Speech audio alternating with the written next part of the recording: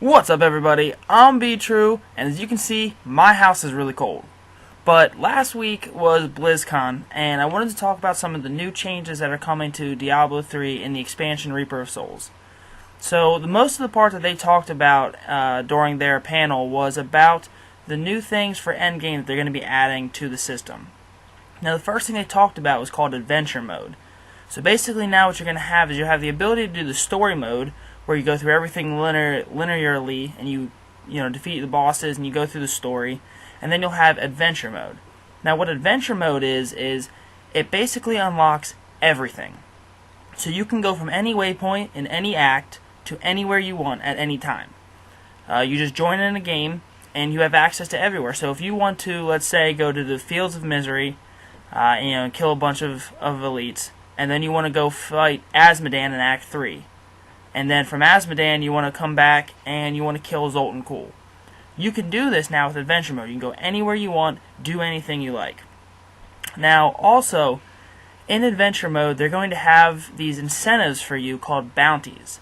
Now, these bounties are kind of a way to give you a new playthrough each time, so you're not just grinding through different mobs and trying just to get gear. These are actual goals, basically, that you can kind of set up, and they're going to be scattered throughout, in random locations, and they're all random goals for you, basically, and they are entirely random. I mean, every single playthrough is different. They have different goals, different things you can do. Now, these bounties, there's going to be 5 in each act that you can go. So you're going to have, once the 5th act gets included in the expansion, there's going to be 25 bounties every time you play in adventure mode, right?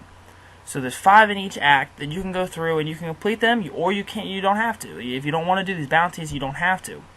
Now, some of the examples were, kill a boss, complete a random event, kill a special unique monster, which they took Mira Hadrig, which is Hadrig's wife, who, if you guys remember, you kill in the first act. They could put her, they could put her down in the Chamber of Suffering, for example, and then you have to go kill her there. So it's kind of just randomly placing these unique special monsters in different places, having to kill them, or say clearing a specific dungeon. Now, when you do these bounties, you're going to get a very large monetary and experience rewards. You're going to get a lot of gold and a lot of experience. In fact, I saw something like 300,000 experience for the one bounty that the guy did. And if you think about that, now you've got 25 of these bounties that you can do. And if they all have 300,000 experience, this is going to be one of the best ways to level up your Paragon level. This is going to be the best way to get experience, gold. It's going to make things different, so you're not just grinding the same content over and over and over. It's going to have different goals for you that you can set. It'll keep you a little bit more focused, and it won't just become so repetitive and mind-numbing.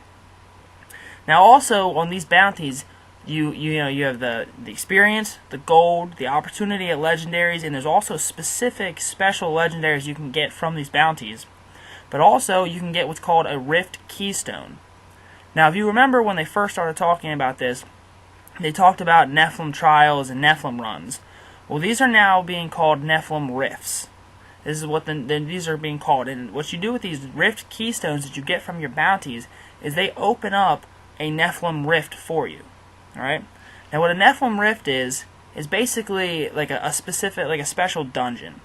And it can have up to 10 levels in it. And every single level is entirely random. The monsters are random. The areas are random. One level you can go from being inside of a dungeon to being outside in a grass field to being inside Zoltan Kulle's area. Everything is entirely different and random, as well as the monster combinations that you're going to get.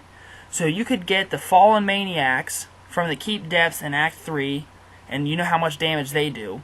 You could get the big bull type things in the Fields of Misery that charge you.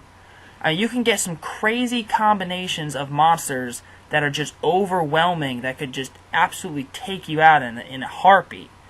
And it's entirely random. Now, you mix in a couple of champions with this, and you could have some pretty daunting tasks with some of these levels and some of these combinations you can have. Now, one of the things that they're going to add during these Nephalem rifts to help you out are these new super shrines that are only in Nephalem rifts. Now, a few of the super shrines that they talked about was invulnerability, no cast cooldowns, so for 15 to 30 seconds, let's say, you have absolutely no cooldown. So as long as you have the resource for it, you can spam your skills over and over, and this is huge. You can do tons and tons of damage this way.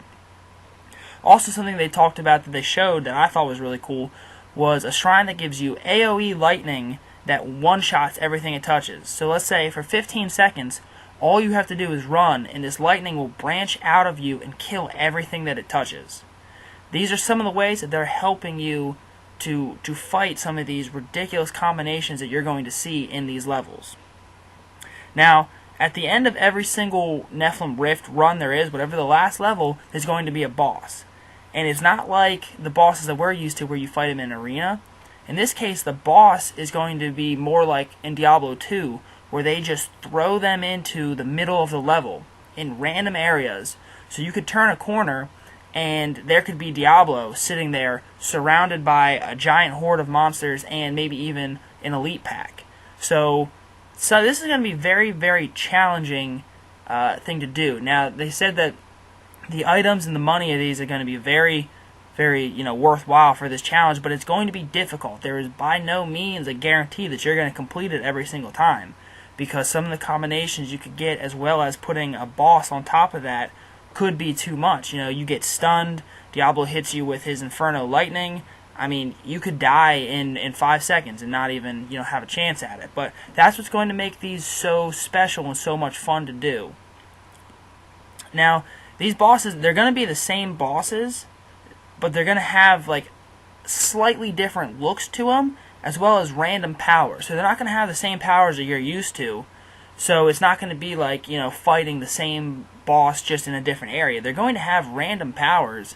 So you could give, any boss, any other boss's powers and put them together and make some, so once again, some pretty crazy combinations. So this sounds like something that I'm really interested in. I hope you guys are interested in as well, because it sounds awesome. And it's something that is really going to make the end game viable and special, and is going to give you a reason to do these bounties, which will mix up your daily, loot grinding.